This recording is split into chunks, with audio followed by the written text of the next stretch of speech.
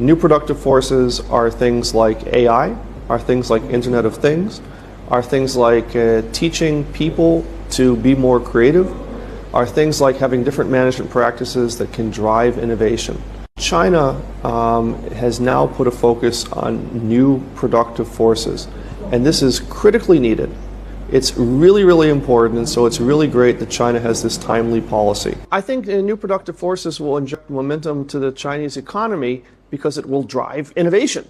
Innovation is a prefect to the future progress in every sector. And as you know, the innovation centers of the world are now moving to the east. They are in Asia, and particularly they are in China. So we will see a lot of innovations, new technologies emerging in the future in China. China now has already is one of the most advanced countries in certain sectors of technology.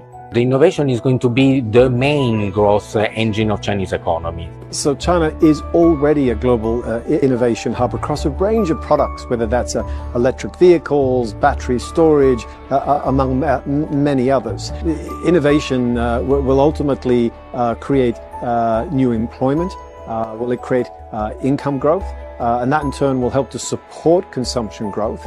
And that focus on quality growth rather than just quantity growth will be very important to laying the foundations for the country's long-term success, but also the growth of its exports to the rest of the world.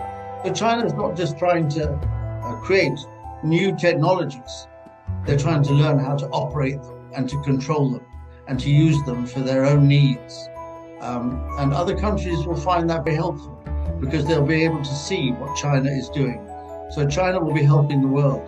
Now with the development, the high quality development approach of China, the green development, the opportunities for us are even bigger than even before. So that's why it's very important for us to see what's happening and where to focus on and where we can contribute.